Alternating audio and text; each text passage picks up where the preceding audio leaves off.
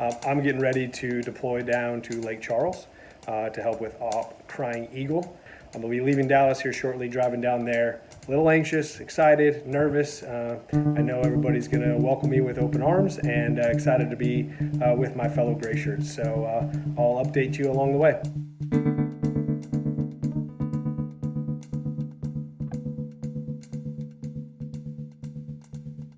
I'm out here at one of the forward operating bases here in Lake Charles. As you can see, taking COVID precautions seriously. Everybody's wearing masks, maintaining social distancing when possible. I want to give you a quick little shot of what the building looks like. What we're doing is we're staying inside here, and as you can imagine, sleeping on cots, but a little bit differently than most operations, is 6 feet apart, maintaining that distance, as well as people leave. We're disinfecting and throwing cots on their sides so we know, when they've been used and when they've been cleaned, getting ready for the next folks. So behind here is where our illustrious Command and General staff is planning the arrival of about 100 Greyshirts down here to the area. And so obviously a lot of last minute planning to make sure everybody gets to where they need to get to. And as you can imagine, a lot of this area is still without power and water, and in order to provide some comfort in the building area, we have a generator running here for the air conditioning. And Greco stepped up early on and provided in-kind donation of their generator for us to run, and we couldn't live without it, and so we appreciate everything they've done to support us.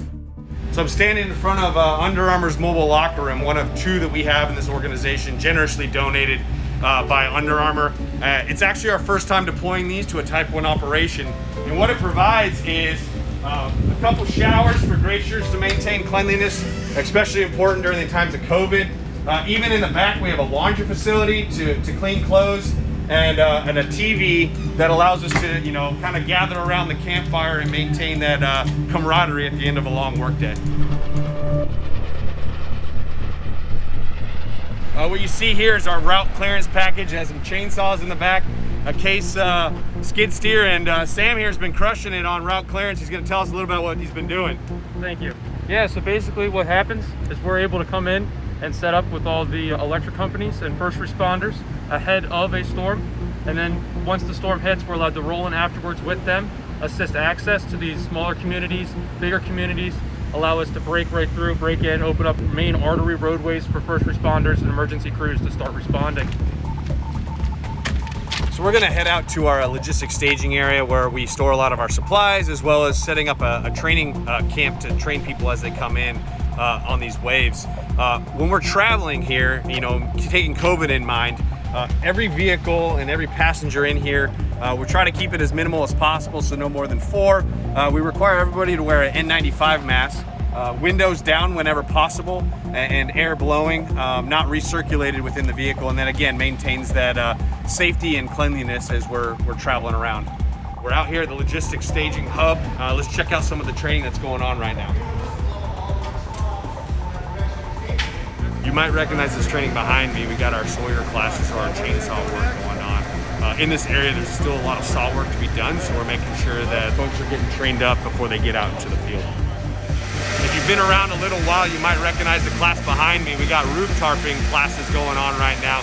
As you can imagine, with the high winds we had during Hurricane Laura, there's a high need for roofs to be tarped, so our teams are getting trained up so they can help homeowners in the field.